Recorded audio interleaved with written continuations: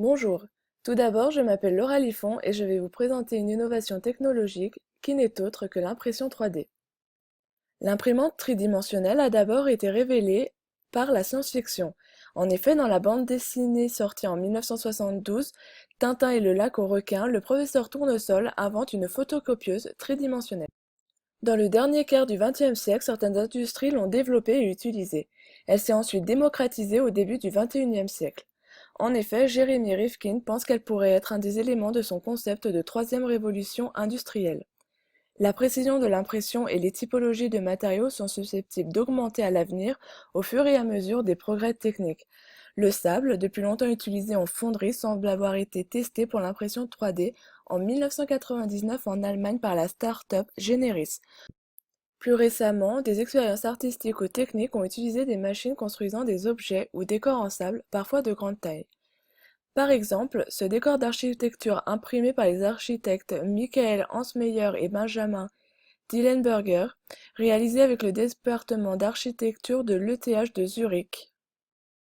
La machine 3D a produit des objets de grande taille à base de sable mis en forme à partir d'algorithmes conçus pour produire des formes complexes et décoratives. Voici un exemple de maquette réalisée par une imprimante 3D ici à gauche. Et à droite, nous observons un bâtiment entier qui pourrait être créé par l'impression 3D comme il est possible de créer des maquettes. Au niveau du fonctionnement, le principe de l'impression 3D n'est finalement pas très éloigné de celui de l'impression classique que nous connaissons. L'impression 3D fonctionne de la même manière que nos imprimantes à jet d'encre, à la différence que les bus déposent des couches successives de matériaux fondus, souvent du plastique ABS pour les modèles grand public, jusqu'à l'obtention de produits dessinés par l'opérateur. L'impression 3D fonctionne selon plusieurs procédés qui diffèrent selon le type d'imprimante 3D utilisé. On peut classer ces procédés dans trois grands groupes: le dépôt de matière, la solidification par la lumière, l'agglomération par collage. Ces trois procédés fonctionnent selon le même principe de base, c'est-à-dire superposer des couches de matière selon les coordonnées d'un fichier 3D. La différence se situe sur la manière dont sont déposées et traitées ces couches, ainsi que le type de matériau utilisé. En effet, il se trouve que l'impression 3D est de plus en plus utilisée dans plusieurs domaines. Tout d'abord, dans le domaine de la santé, il sera possible de modéliser des prothèses et de les imprimer pour un coût largement inférieur aux standards actuels. Qu'il s'agisse d'une couronne dentaire ou d'une prothèse orthopédique, les économies potentielles pourraient être énormes. Ensuite, dans l'industrie, il est déjà possible de concevoir des prototypes disponibles rapidement et à moindre coût. On peut imaginer que la production en masse de produits finis deviendra bientôt une réalité. Et beaucoup imaginent déjà pouvoir relocaliser notre industrie, le différentiel du coût de main-d'œuvre devenant dès lors obsolète. Avec l'impression 3D, il sera facile aux fabricants de sauvegarder la modélisation des pièces détachées et de les fabriquer à la demande. Plus de stock au coût exorbitant, plus de logistique lourde et une meilleure satisfaction du client. De plus, pourquoi ne pas imaginer un client qui possède par exemple une cafetière en panne d'envoyer un diagnostic au SAV de la marque qui peut dès alors lancer la production de la pièce de remplacement. Il ne reste plus qu'à programmer une intervention à domicile sans perte de temps en diagnostic sur site, ni problème de disponibilité des pièces de rechange.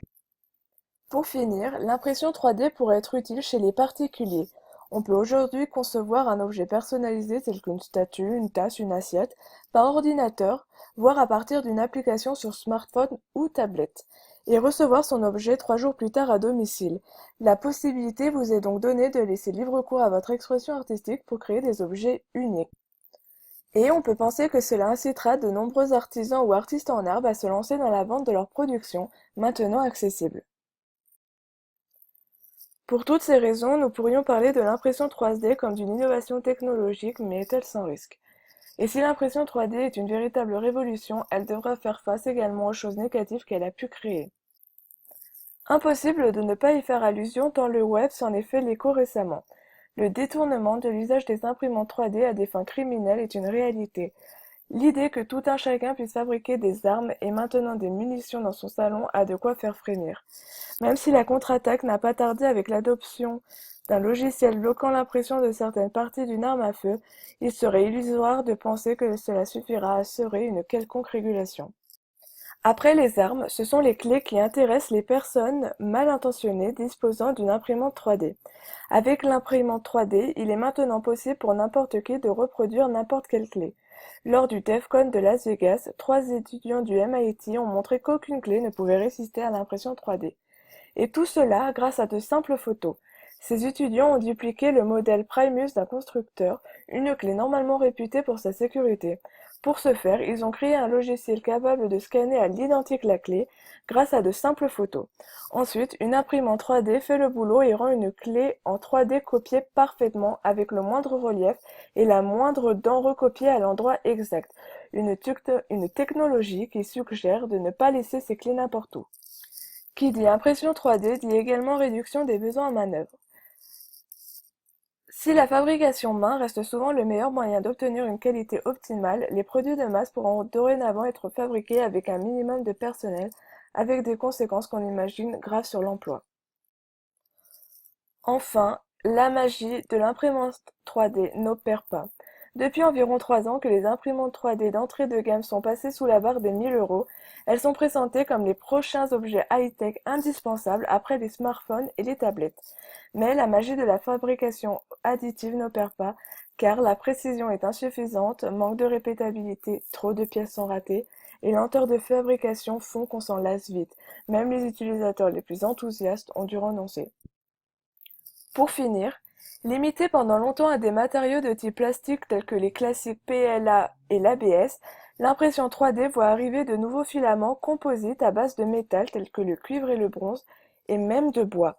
Aujourd'hui, l'industrie agroalimentaire et la médecine s'emparent peu à peu de cette technique pour imprimer des aliments et des cellules en adaptant la tête d'extrusion. Par exemple, il sera possible avec l'impression 3D de créer de la nourriture.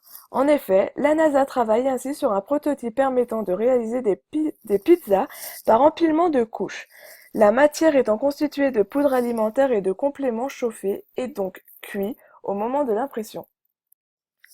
Pour ma part, l'imprimante 3D est une innovation technologique, mais je pense qu'elle comporte trop de risques, par exemple la possibilité de créer une arme ou de dupliquer une clé à l'insu d'une personne, qui devrait interdire du coup la vente aux particuliers et devrait être exclusivement réservée pour une cause professionnelle.